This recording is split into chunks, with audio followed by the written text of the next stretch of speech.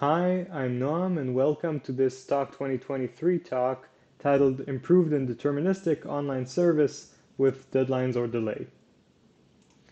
So in the online service with delay problem, requests arrive on a metric space over time. Each request accumulates delay cost while pending, and delay is described as a non-decreasing function. So here this request Q1 arrived at some point in time, and it has this associated delay function that tells us at every point in time what is the delay incurred by Q1 until this point. The algorithm has a single server which it uses to serve requests, and serving a request means traversing it with the server. The goal of the algorithm is to minimize the total movement cost of the server plus the total delay cost incurred by pending requests across the input. So here's a concrete example. You have this metric space on the right, and the server is this purple star which appears on one point in the metric space. Time advances, and the request Q1 is released on a specific point in the metric space. As time advances, Q2 is released on another point in the metric space, then Q3 is released on the same point as Q1. Then, at some point in time, the algorithm decides to serve requests, and in this case, it chooses to move to one location, serving Q1 and Q3, then moving to a second location and serving Q2. Now, in this input, the total cost incurred by the algorithm is the service cost, which is the green edges traversed by the server, plus the total delay cost. These are the green points in the plot showing the delay incurred by each request. A specific case of online service with delay is online service with deadlines. So here, each request, instead of having this delay function, has a deadline. And both the request and its deadline are revealed to the algorithm upon the release of a request.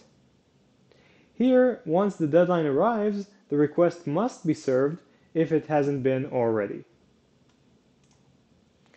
Now, deadlines are a special case of delay because I can just visualize deadlines as a delay which is a step function or a continuous approximation of a step function going from 0 to infinity at the time of the deadline.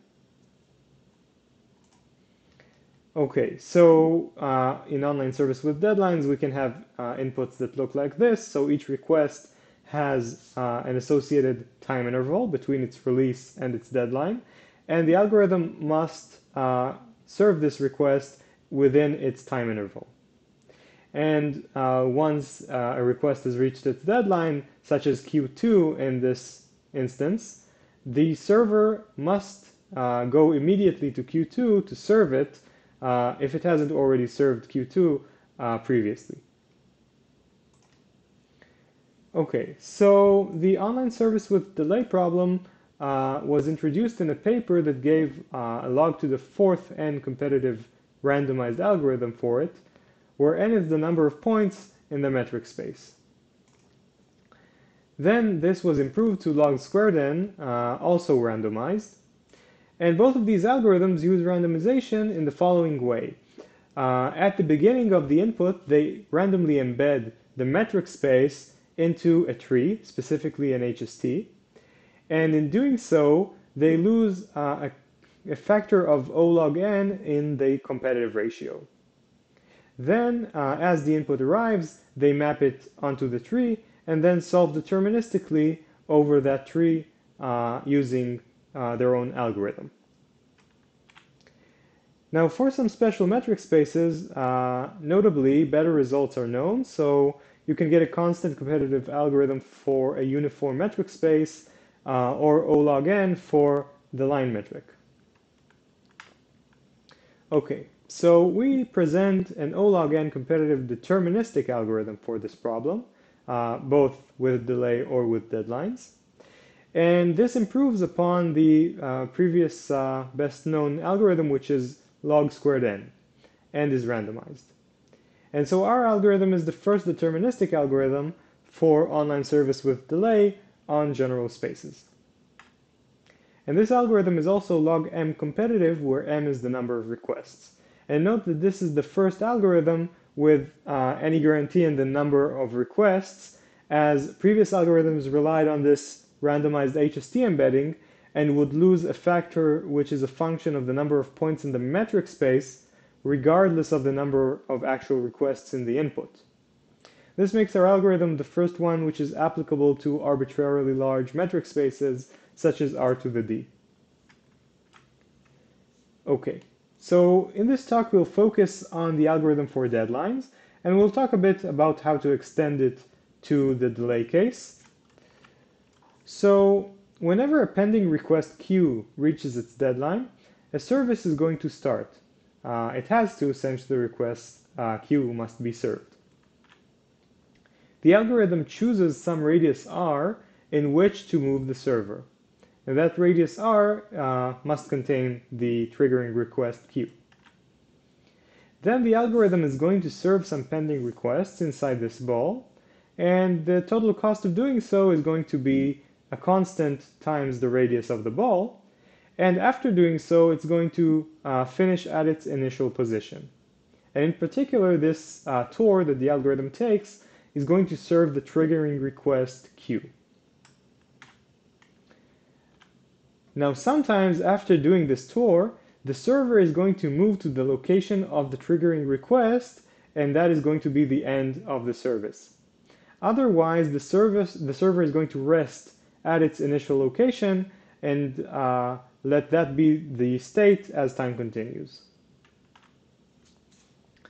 So now let's talk about levels of requests and services. So every request in our algorithm is going to have a level, and that level is going to increase over time. Initially, it's going to be minus infinity. Where a is the location of the server, we are also going to define the logarithmic class of the distance from the server to the request. That's going to be of interest to us. We're going to define the adjusted level of Q to be the maximum between these two amounts, the level of the request and the class of its distance from the server at the current point in time.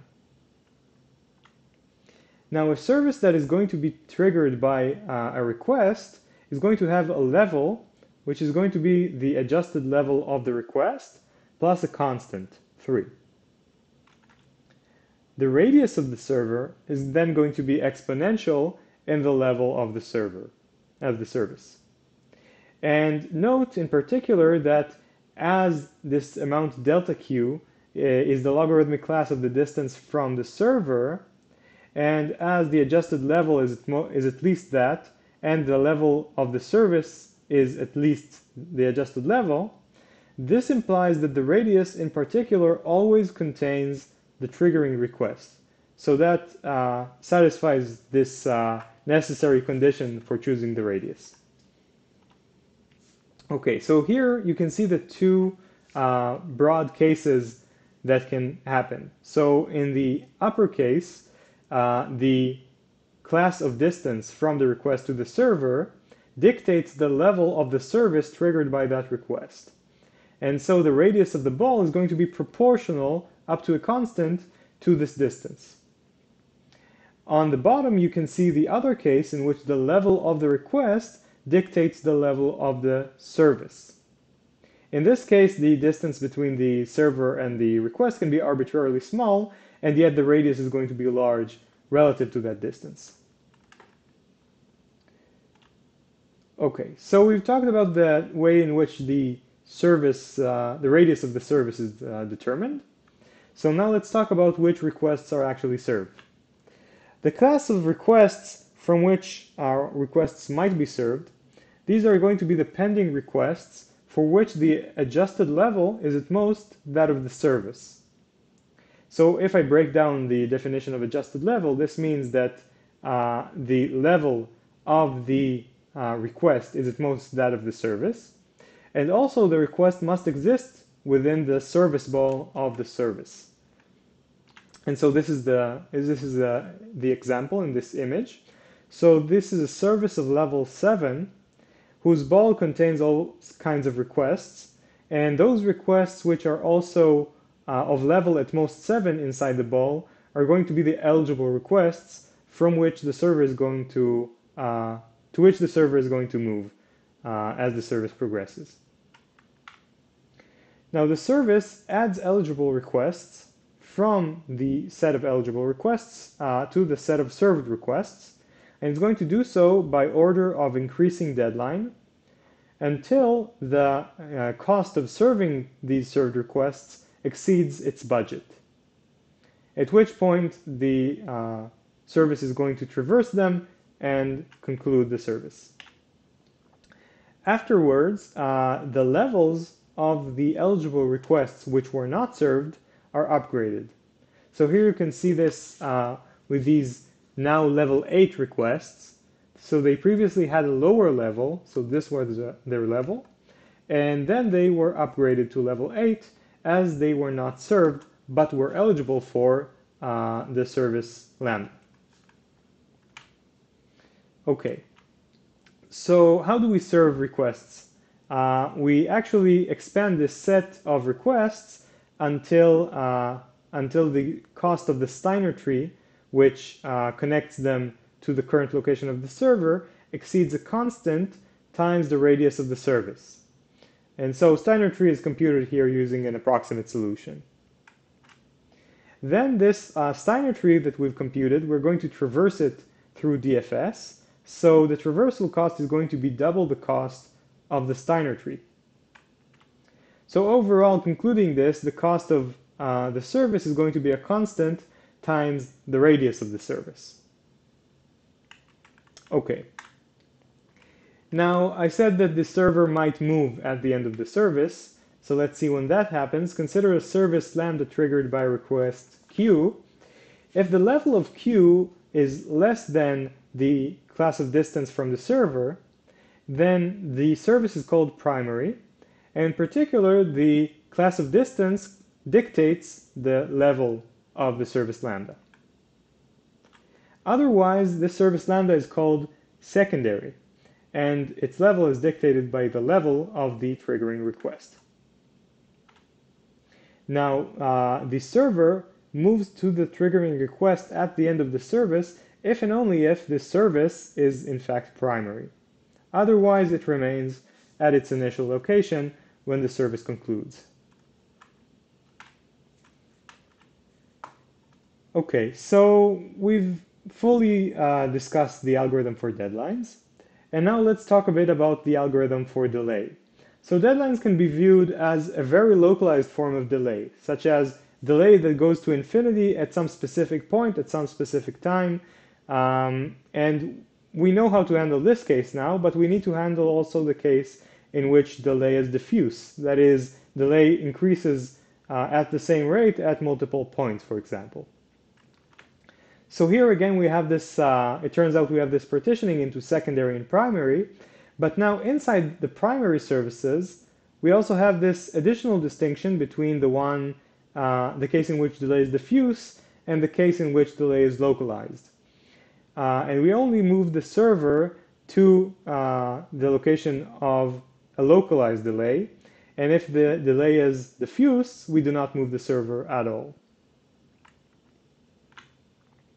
Okay, so let's have an overview of how to analyze this algorithm for deadlines. So note that all services are either primary or secondary, and our goal is to bound the total cost, which is the cost of primary services and the cost of secondary services. A service is also called certified if it was the last service that modified the level of a triggering request of a secondary service. So what does this mean? For example, if you look at this level 7 service, after it concluded, it upgraded the levels of these two requests to level 8. And these level 8 requests are now witnesses for the service. And what could happen is that they trigger another service. What could also happen is that their level is upgraded by another service, at which point they stop being witnesses for the level 7 service and become witnesses for another service. So in this case, for example, this level 8 request triggered a level 11 service. And this new service is, in fact, the reason that the level 7 service becomes certified. Now note that this secondary service, the level 11 service, it certified this level 7 service as it had to, right? It had to certify some service, but it also captured all remaining witnesses for the level 7 service. So for example, this second request of level 8, that is no longer a witness for the level 7 service because it will either be served by the new service or it would be upgraded to level 12. And so what this means is that there actually is a one-to-one matching between the secondary services and the certified services. And this turns out to be enough to justify bounding the cost of the certified services instead of the cost of the secondary services. And so we're going to focus on bounding primary and certified. Okay, so now we get to the main tool used in our analysis, which is a charging cylinder. So a cylinder is a shape in the graph that is a subset of edges and edge parts with an associated time interval, and usually this shape is going to be a ball. So to illustrate this, look at the image. You have this ball in the metric space, and this ball contains some edges and some parts of edges, and these are going to be the edges and parts of edges that are associated to this shape. Now, if the optimal solution moved inside the shape and during the cylinder's time interval, then the cost of that movement is charged to the cylinder. So the cylinder captures some part of the cost of the optimal solution. And now let's see how this is used. So for example, in this image, you can see a metric space that's a line. So that's shown in the y-axis, and time is in the x-axis. And so this sometimes dashed, sometimes solid line is the torr of the optimal solution. So the dashed means it weighted at some point, and the solid means it moved at some point. And so this torr appears in this image, but you can also see cylinders, which are these rectangles, right? So a ball in 1D is just an interval, and you also have the interval of time, so this ends up being a rectangle.